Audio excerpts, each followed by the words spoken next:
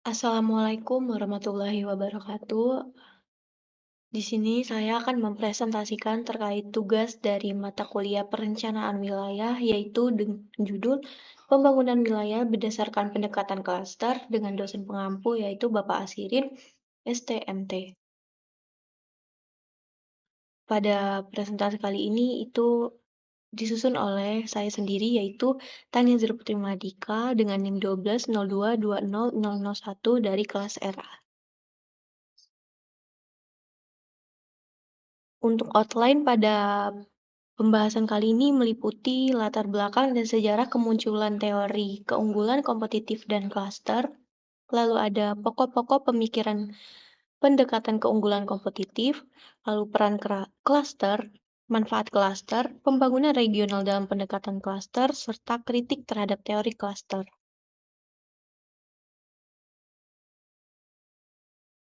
Michael Porter mengembangkan konsepsi yang berpengaruh tentang keunggulan kompetitif, di mana konsepsi yang dikembangkan oleh Porter ini bertujuan untuk menjelaskan peran dan dinamika konsentrasi geografis atau klaster industri dalam ekonomi nasional, serta menjelaskan kontribusi terhadap pertumbuhan produktivitas dan daya saing perdagangan.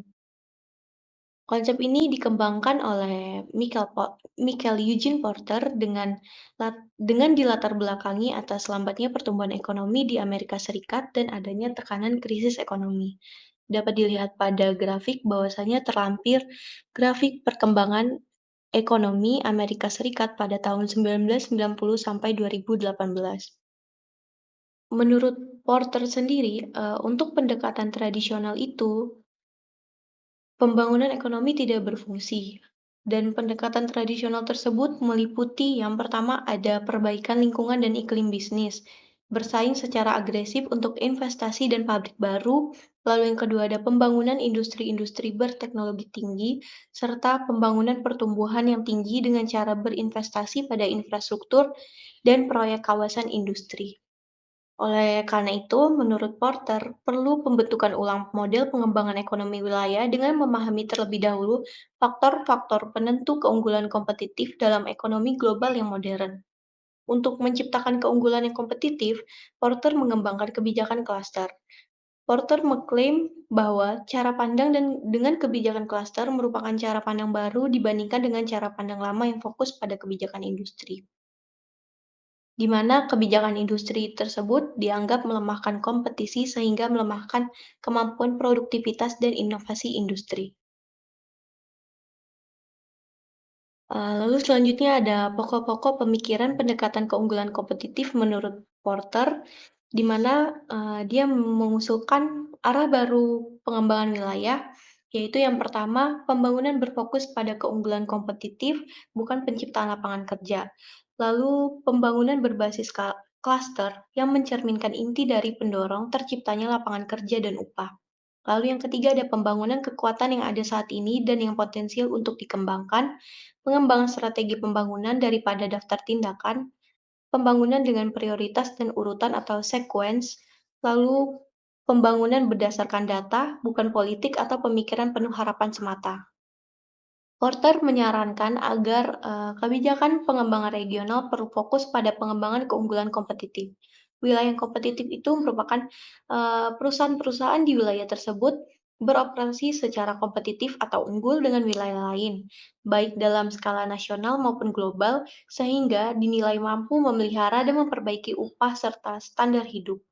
Untuk keunggulan kompetitif tersebut tergantung pada produktivitas jangka panjang dan efisiensi pada sebuah lokasi untuk melakukan bisnis, produktivitas perusahaan dan pekerja, serta kemampuan untuk mencapai partisipasi warga yang tinggi dalam pekerjaan. Keunggulan kompetitif bukan berarti upah rendah. Untuk unit subnegara bagian atau subprovinsi seperti misalnya kabupaten atau kota menjadi unit yang esensial dalam pengembangan keunggulan kompetitif. Lalu menurut Porter, terdapat faktor-faktor yang dapat menentukan keunggulan dari daya saing wilayah. Yang pertama yaitu ada faktor endowment, di mana faktor endowment ini merupakan sumber daya yang telah dimiliki oleh suatu wilayah seperti misalnya lokasi lahan, kesuburan tanah, iklim, sumber daya alam, bentang alam, pemandangan alam, lingkungan, penduduk. serta warisan atau cagar budaya. Lalu yang kedua ada keunggulan secara mikroekonomi ini merupakan, kualitas lingkungan, pengembangan klaster, kecanggihan strategi, serta operasional perusahaan. Lalu yang ketiga ada keunggulan secara makroekonomi, di mana, keunggulan secara makroekonomi ini meliputi kebijakan moneter, pembangunan manusia, serta kelembagaan politik yang efektif. Dapat dilihat bahwasanya, klaster ini merupakan kelompok perusahaan yang saling berhubungan secara geografis, secara langsung, dan kelembagaan yang saling berkaitan dalam bidang tertentu, dihubungkan oleh kesamaan dan hubungan yang saling melengkapi. Dengan lingkup geografis klaster itu berkisar dari suatu daerah, negara bagian, atau bahkan satu kota untuk menjangkau wilayah sekitarnya. Lingkup geografi suatu klaster berkaitan dengan jarak di mana informasi, transaksional, insentif, dan efisiensi lainnya terjadi. Klaster di dalamnya tersebut meliputi yang pertama ada klaster mencakup berbagai industri terkait dan entitas lain yang penting bagi persaingan.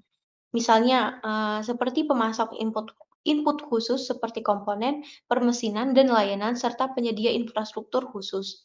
Klaster juga sering memperluas hilirisasi ke saluran atau pelanggan dan secara lateral ke produsen produk atau perusahaan pelengkap yang terkait dengan keterampilan, teknologi, atau input secara umum. Lalu selanjutnya ada di dalam klaster, termasuk juga lembaga pemerintah dan lainnya.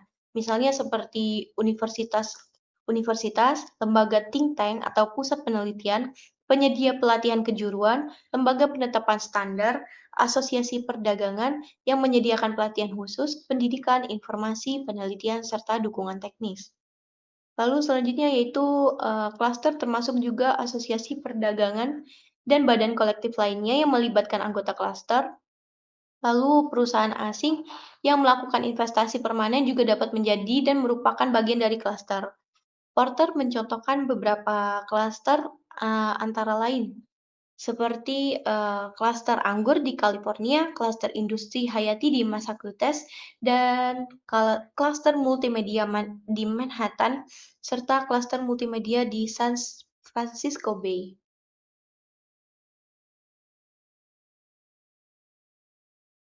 Dapat dilihat, terdapat klaster keunggulan kompetitif industri hayati di Massachusetts, di mana pada gambar tersebut menunjukkan bahwasanya,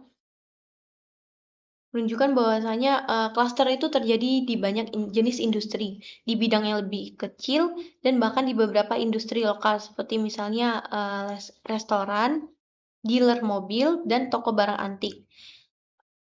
Jenis industri tersebut hadir di perekonomian yang besar dan kecil, di daerah perdesaan atau perkotaan, dan di beberapa tingkat geografis, seperti misalnya negara, negara bagian atau provinsi, wilayah metropolitan, dan kabupaten atau kota. Klaster terjadi baik di negara maju maupun berkembang, meskipun klaster di negara maju cenderung jauh lebih berkembang.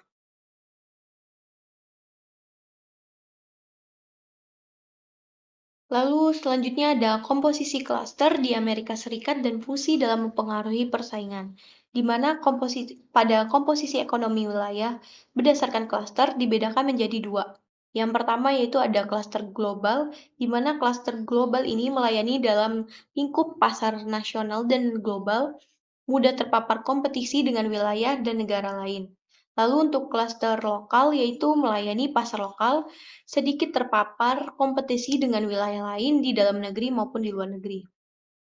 Dapat dilihat pada gambar, bahwasanya terdapat sumber-sumber keunggulan kompetitif lokasi yang dimulai dari konteks strategi dan persaingan perusahaan, kondisi permintaan, industri-industri terkait dan pendukung, serta kondisi-kondisi faktor input. Pada kondisi-kondisi permintaan, itu meliputi permintaan yang baik dari pelanggan lokal, kebutuhan pelanggan yang mengantisipasi dimanapun, permintaan lokal yang tidak biasa di dalam segmen-segmen yang terspesialisasi yang dapat melayani secara global. Lalu untuk industri-industri terkait dan pendukung itu mencakup kapabilitas supplier lokal yang ada saat ini, serta kompetitif industri-industri terkait yang ada saat ini. Lalu untuk kondisi-kondisi faktor yaitu input, merupakan, faktor kuantitas dan biaya, di mana meliputi sumber daya alam, sumber daya manusia, sumber daya modal, infrastruktur fisik, infrastruktur administratif, infrastruktur informasi, serta infrastruktur iptek. Di mana pada faktor kuantitas dan biaya ini, itu terdiri atas 2 jenis, yaitu yang pertama ada faktor kualitas dan faktor spesialisasi. Berdasarkan sumber-sumber keunggulan kompetitif lokasi tersebut, dapat dilihat bahwasanya, konteks lokal yang mendorong bentuk investasi yang cocok dan di-upgrade secara berkesinambungan. Lalu, kompetisi yang vigorous di antara pesaing-pesaing lokal. Lalu selanjutnya yaitu, klaster mempengaruhi persaingan dalam 3 cara yang luas yang mencerminkan dan memperkuat bagian Porter's Diamond. Yang pertama itu ada hubungan pribadi, lalu yang kedua ada komunikasi tatap muka, lalu ada jaringan individu dan lembaga yang berinteraksi, di mana, tiga tiga pengaruh klaster tersebut, eee, mempengaruhi, persaingan dalam 3 cara yang luas. Yang pertama yaitu meningkatkan produktivitas saat ini dari perusahaan atau industri konstituen, meningkatkan kapasitas peserta klaster untuk inovasi dan pertumbuhan produktivitas, serta merangsang pembentukan bisnis baru yang mendukung inovasi dan memperluas klaster. Lalu selanjutnya yaitu, ada klaster dan produktivitas di mana pada klaster dan produktivitas itu, terdiri atas akses ke input dan karyawan khusus, di mana lokasi dalam sebuah klaster dapat memberikan akses yang unggul atau lebih murah ke input khusus, seperti misalnya, komponen, mesin, layanan bisnis, dan personil, dibandingkan dengan integrasi vertikal, aliansi formal dengan entitas luar, atau mengimpor input dari lokasi yang jauh. Klaster ini kemudian merupakan bentuk organisasi spasial yang dapat menjadi sarana yang secara inheren lebih efisien atau efektif untuk mengumpulkan input daripada alternatif, asalkan tersedia pemasok lokal yang kompetitif. Untuk sumber di luar klaster mungkin diperlukan jika pemasok lokal yang kompeten tidak tersedia, tetapi, itu bukan hasil yang ideal atau terbaik. Namun, jika mengingat manfaat yang melekat dari klaster, kekuatan yang mendorong pengembangan dan peningkatan pemasok lokal kuat, dan perusahaan konstituen memiliki intensif untuk mendorong masuknya pemasok baru atau investasi lokal oleh pemasok yang jauh. Lalu selanjutnya yaitu ada akses ke informasi, di mana akses ke informasi ini meliputi pasar yang luas, teknis, dan informasi khusus lainnya terakumulasi di perusahaan dan lembaga lokal dalam sebuah klaster yang dapat diakses lebih baik atau dengan biaya lebih rendah, memungkinkan perusahaan untuk meningkatkan produktivitas saat ini dengan semakin mendekati batas produktivitas. Hal ini juga berlaku untuk aliran informasi antar unit dari perusahaan yang sama. Kedekatan, pasokan, dan keterkaitan teknologi, serta keberadaan hubungan pribadi berulang dan ikatan komunitas yang memupuk kepercayaan memfasilitasi aliran informasi di dalam kelompok. Memperoleh informasi tentang kebutuhan pembeli saat ini merupakan kasus khusus penting dari manfaat informasi klaster. Pembeli yang canggih seringkali merupakan bagian dari kelompok, dan peserta klaster lainnya memiliki informasi tentang kebutuhan pembeli yang sering dibagikan. Lalu selanjutnya ada complementaries, di mana, klaster ini meningkatkan produktivitas tidak hanya melalui perolehan dan perakitan input, tapi juga melalui fasilitas saling melengkapi antara aktivitas peserta klaster. Seperti, terdapat beberapa jenis jenis yang saling melengkapi yang paling penting, yaitu meliputi produk pelengkap untuk pembeli, pelengkap pemasaran, serta complementaries karena keselarasan kegiatan yang lebih baik antara peserta klaster. Lalu selanjutnya ada akses ke institusi dan barang publik, di mana, klaster membuat banyak input yang jika tidak akan mahal menjadi barang yang publik atau semu publik. Lalu, kemampuan untuk merekrut karyawan yang sudah dilatih dalam program pelatihan lokal, seperti misalnya menghilangkan atau menurunkan biaya pelatihan internal. Perusahaan juga sering dapat mengakses infrastruktur khusus, saran dari para ahli di lembaga lokal, dan sejenisnya dengan biaya yang sangat rendah. Beberapa barang publik atau semi publik yang tersedia dalam klaster mirip dengan barang publik konvensional dalam arti bahwasanya mereka terkait dengan pemerintah dan lembaga publik. Misalnya yaitu investasi publik dalam infrastruktur khusus, program pendidikan, informasi, dan pameran dagang. Namun barang kuasi publik lainnya yang tersedia untuk peserta klaster diciptakan sebagai alami oleh produk dari kompetisi. Hal ini termasuk, informasi dan kumpulan teknologi, reputasi lokasi, klaster, dan beberapa keuntungan pemasaran dan sumber daya yang telah dijelaskan. Di samping itu, barang publik atau semi publik dari lokasi klaster sering sering berupa hasil dari investasi swasta dalam program pelatihan, infrastruktur swasta, pusat kualitas, dan bentuk-bentuk lain yang menguntungkan klaster. Investasi swasta dalam barang publik, khususnya klaster atau barang publik semi, adalah umum karena manfaat dari kolektif yang dirasakan oleh peserta klaster. Seringkali investasi swasta dalam barang publik terjadi melalui asosiasi perdagangan atau mekanisme kolektif lainnya. Lalu selanjutnya ada intensif dan pengukuran kerja di mana, eee, pada intensif dan pengukuran kerja ini klaster membantu menyelesaikan atau mengurangi beberapa masalah agensi yang muncul di lokasi yang lebih terisolasi dan di perusahaan yang lebih terintegrasi secara vertikal. Klaster meningkatkan intensif dalam perusahaan untuk mencapai produktivitas tinggi karena beberapa alasan. Yang pertama yaitu tekanan kompetitif, di mana persaingan dengan pesaing berbasis lokal memiliki efek intensif yang kuat karena kemudahan perbandingan yang konstan dan karena rival lokal yang memiliki keadaan umum yang serupa. Seperti misalnya biaya tenaga kerja, akses pasar lokal, serta biaya utilitas. Lalu yang kedua, adanya tekanan kompetitif dalam sebuah klaster yang diperkuat oleh tekanan teman sebaya, bahkan di antara perusahaan tidak langsung atau tidak bersaing. Kebanggaan dan keinginan untuk terlihat baik di komunitas lokal memotivasi perusahaan untuk berusaha mengalahkan satu sama lain.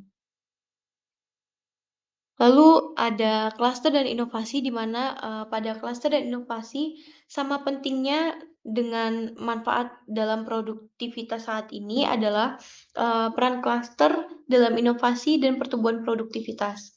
Partisipasi klaster menawarkan banyak potensi keuntungan dalam inovasi dan peningkatan, walaupun melibatkan beberapa risiko dibandingkan dengan lokasi yang terisolasi. Beberapa karakteristik klaster yang meningkatkan produktivitas saat ini bahkan lebih penting untuk inovasi. Perusahaan-perusahaan, dalam klaster seringkali dapat lebih jelas dan lebih cepat memahami kebutuhan dari pembeli baru. Seperti halnya kebutuhan pembeli saat ini, perusahaan-perusahaan dalam sebuah klaster mendapat manfaat dari konsentrasi perusahaan-perusahaan dengan pengetahuan dan hubungan pembeli, penjajaran perusahaan-perusahaan dalam industri terkait, konsentrasi entitas penghasil informasi khusus, dan kecanggihan pembeli. Partisipasi klaster juga menawarkan keuntungan dalam memahami kemungkinan teknologi, operasi, atau pengiriman yang baru. Peserta dapat terkena wawasan yang lebih kaya ke dalam teknologi yang berkembang, ketersediaan komponen dan mesin, konsep layanan dan pemasaran, serta sejenisnya. Untuk hubungannya yaitu berkelanjutan dengan entitas lain dalam klaster, yaitu memfasilitasi pembelajaran, seperti halnya kemudahan kunjungan situs dan kontak tatap muka. Keuntungan potensial dari klaster dalam memahami kebutuhan dan peluang untuk inovasi yaitu signifikan. Namun sama pentingnya yaitu, seperti fleksibilitas dan kapasitas untuk bertindak dengan cepat. Lalu terdapat klaster dan formasi bisnis baru di mana, eee, bisnis baru itu dibentuk di klaster yang ada daripada di lokasi yang terisolasi. Hal ini terjadi untuk berbagai alasan. Yang pertama yaitu bujukan untuk masuk sering lebih besar di dalam klaster karena ada informasi yang lebih baik tentang peluang. Lalu keberadaan klaster lalu keberadaan klaster menandakan peluang di mana individu yang bekerja di suatu tempat di dalam atau di dekat klaster lebih mudah merasakan kesenjangan baru dalam produk, layanan, atau pemasok untuk diisi.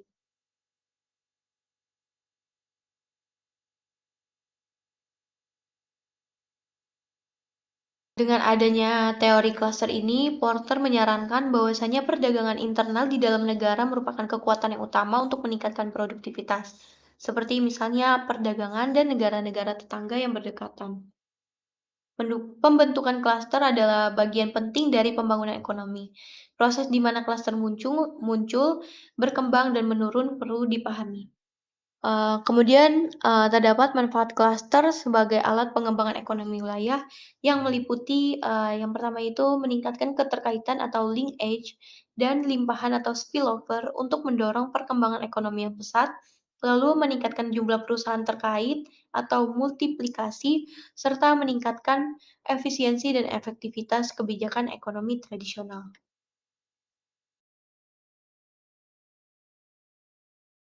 Lalu selanjutnya ada kebijakan ekonomi terkait klaster, di mana kebijakan ekonomi ini merupakan kebijakan yang mendukung pengembangan klaster dengan meliputi yang pertama yaitu ada pengumpulan dan penyebaran informasi ekonomi, yang kedua yaitu pengembangan faktor spesialisasi dan kecanggihan, lalu kebijakan iptek, promosi investasi asing langsung, reformasi regulasi, serta promosi ekspor.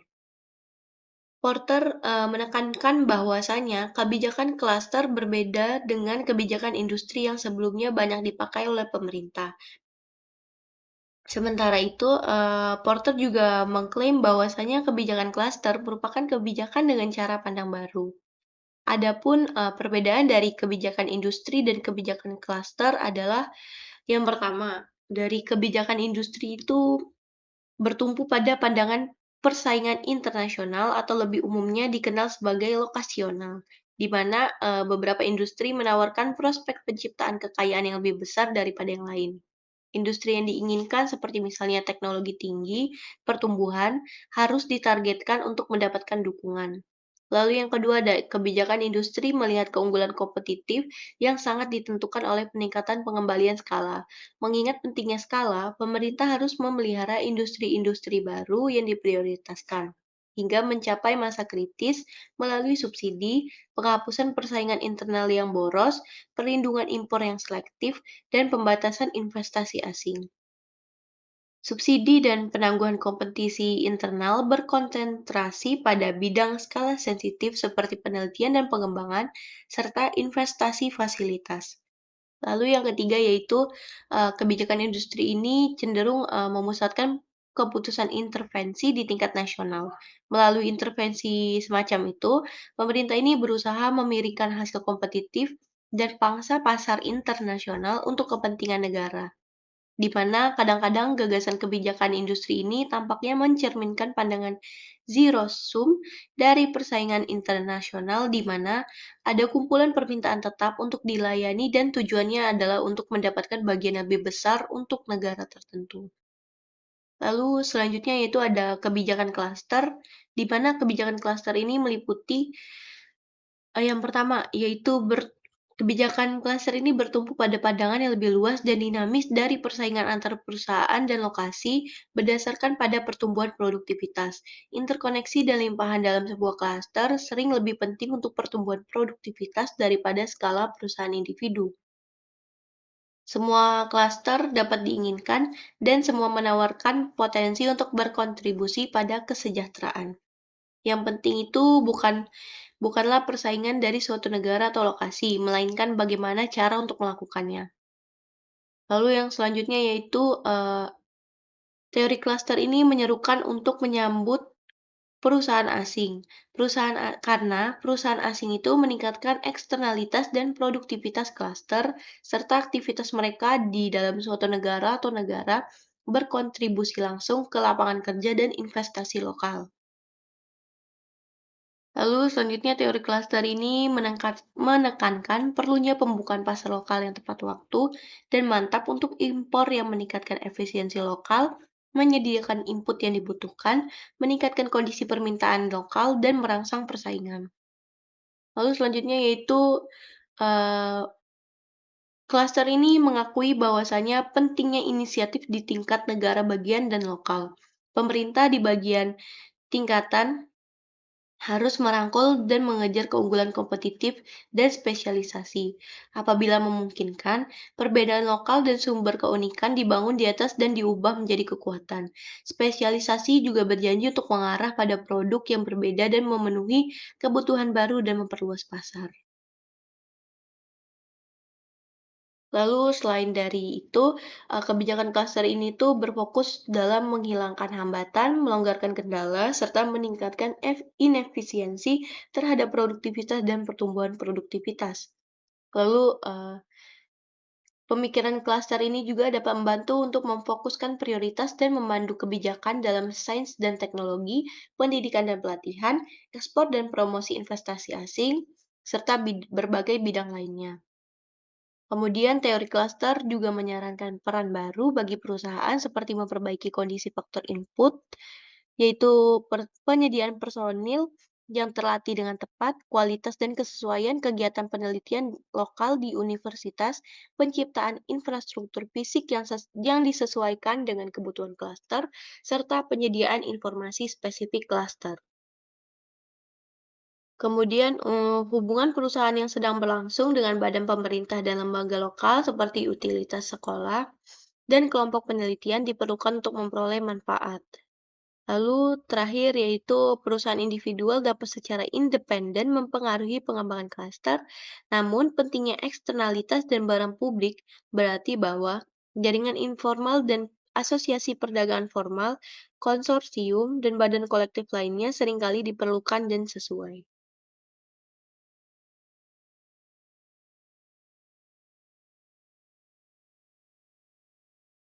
Lalu selanjutnya yaitu ada definisi dari pembangunan regional dan kebijakan pembangunan regional dengan pendekatan keunggulan kompetitif, di mana dalam teori ini pembangunan regional itu merupakan peningkatan keunggulan kompetitif perusahaan, klaster, serta ekonomi nasional dalam pasar internasional.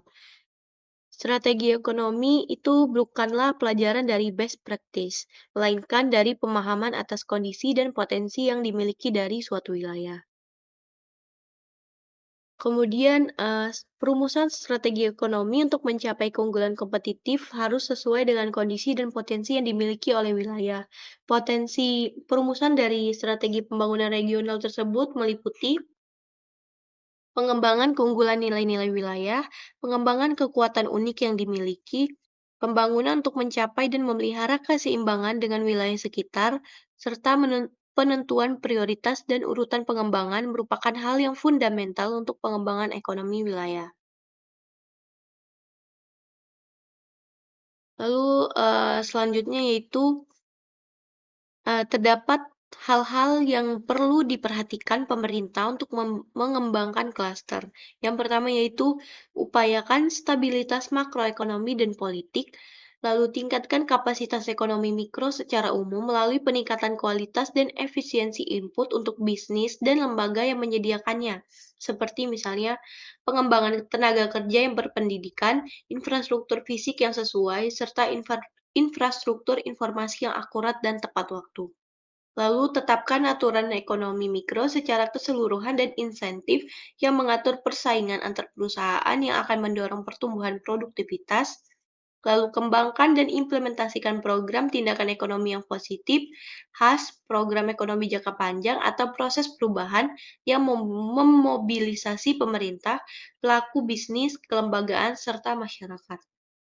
Lalu fasilitasi pengembangan dan peningkatan klaster, serta dorong, fasilitasi, dan berikan intensif agar muncul tindakan kolektif yang dilakukan oleh sektor swasta. Lalu selanjutnya yaitu ada kritik dari konsepnya Porter tentang klaster dan keunggulan kompetitif, di mana di sini terdapat kritik dari Garland and McCann pada tahun 2000 yang mana beliau memaparkan bahwasanya penjelasan konseptual dari kelompok telah ditantang dan terkhususnya keterkaitan gagasan dengan keragaman pendekatan teoritis yang ada untuk aglomerasi geografis. Lalu selanjutnya ada kritik dari Markusen, menekankan bahwasanya pada gagasan persaingan dan daya saing yang berorientasi pada perusahaan dan industri telah dipertanyakan dalam kaitannya dengan pembangunan lokal dan regional. Lalu yang terakhir ada kritik dari O'Donnell pada tahun 1997, di mana, O'Donnell memaparkan bahwasanya tidak jelas apakah dan bagaimana daya saing dapat bersifat teritorial dan didefinisikan dalam istilah lokalitas, wilayah, atau negara. Dari banyaknya kritik dari para ahli yang mempertanyakan dan kurang sepemahaman dengan konsep Porter, terdapat karakteristik umum inisiatif klaster yang berhasil, yaitu yang pertama, adanya pemahaman bersama tentang daya saing dan peran klaster dalam keunggulan kompetitif, lalu batas klaster yang sesuai, keterlibatan luas peserta klaster dan lembaga terkait, serta struktur yang mencakup semua klaster di suatu wilayah negara bagian provinsi atau nasional. Sekian pemaparan dari tugas perencanaan wilayah kali ini. Apabila ada kesalahan dalam penyampaian saya, mohon maaf. Saya akhiri. Wassalamualaikum warahmatullahi wabarakatuh.